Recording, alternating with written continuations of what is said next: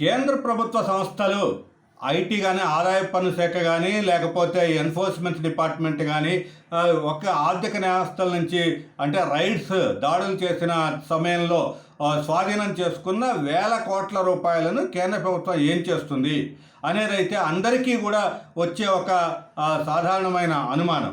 అయితే దీనికి ఒక సమాధానంగా ప్రధానమంత్రి నరేంద్ర మోడీ అయితే ఒక ఇంటర్వ్యూలో చెప్పడం జరిగింది.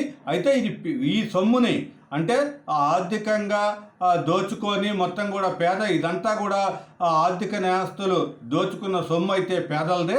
కాబట్టి పేదలకి చేర్చే ప్రణాళిక అయితే కేంద్ర ప్రభుత్వం సిద్ధం చేస్తోంది అనేది అయితే నరేంద్ర మోడీ చెప్పడం అయితే ఒక అభినందించాల్సిన విషయం. అంటే దాన్ని మెచ్చుకోవాల్సిన విషయం, అందరూ కూడా ఆహ్వానించాల్సిన విషయం కూడా.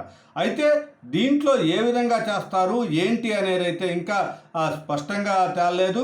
ఒక రకంగా న్యాయపరమైన చిక్కులు దీంట్లో అంటే న్యాయపరంగా చిక్కులు వచ్చినా కూడా వాటిని అధిగమించి వాటిని కూడా న్యాయ నిపుణుల సలహాలు తీసుకుంటున్నాము. దాంతో పాటుగా చట్టపరంగా ఏదైనా కూడా మార్పులు చేయాల్సి వస్తే చట్టాన్ని కూడా మారుస్తాము, దీనికి అనుగుణంగా చేస్తాము అనేది అయితే నరేంద్ర మోడీ చెప్పడం జరిగింది. ఏదేమైనా సరే అంటే ఎన్ఫోర్స్మెంటు తర్వాత ఎన్ఫోర్స్మెంట్ డిపార్ట్మెంటు, ఐటీ రైట్స్ వీటన్నిటిలో కూడా సిబిఐ రైట్స్ వీటన్నిటిలో కూడా వీళ్ళకి కేంద్ర ప్రభుత్వ సంస్థలకి లభించిన వేల కోట్ల రూపాయలు ఏదైతే ఉన్నాయో వాటిని సద్వినియోగం చేసే దిశగా కేంద్ర ప్రభుత్వం అయితే ఒక ప్రణాళిక సిద్ధం చేస్తోంది అనేది అయితే ఇక్కడ స్పష్టంగా చెప్పొచ్చు.